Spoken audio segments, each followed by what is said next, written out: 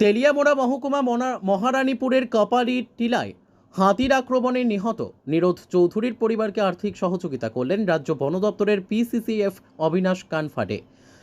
প্রশাসনিক নিয়ম মেনে তিনি প্রথম পর্যায়ে 50,000 টাকা তুলে দেন মৃত ব্যক্তির স্ত্রীর হাতে। পরবর্তী সময়ে সংবাদ মাধ্যমে মুখোমুখি হয়ে তিনি জানান, আগামী দিনে সরকারি নিয়ম মেনে মৃতের পরিবারের জন্য যা যা সহযোগিতা করার প্রয়োজন রয়েছে সেগুলি তিনি করবেন। উল্লেখ্য, রবিবার সন্ধ্যায় বন্য হাতির আক্রমণে নিহত হয় নিরোধ চৌধুরী নামে 70 বছর বয়সী এক প্রবীণের।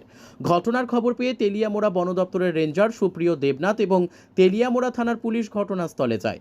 কতিপয় উস্কানিদাতার মদতে গ্রামবাসীদের একাংশ বনকর্মী পুলিশকে আক্রমণ করে, এমনকি সাংবাদিকদেরকেও হেনস্থা করে। ঘটনায় 6 জন আহত হয়। আহতদের মধ্যে তেলিয়ামোড়া থানার ওসি রাজীব দেবনাথ, ওনার দেহরক্ষী উৎপল রুদ্রপাল, বন দপ্তরের 2 কর্মী, সাংবাদিক হিরণময় রায় সহ অন্যান্যরা। পরে আহতরা সবাই তেলিয়ামোড়া হাসপাতালে প্রাথমিক চিকিৎসা করা হয়। পুলিশ, সাংবাদিক এবং বন দপ্তরের পক্ষ থেকে মোট 14 জনের বিরুদ্ধে মামলা করা হয়েছে বলে জানা গেছে পুলিশ সূত্রে।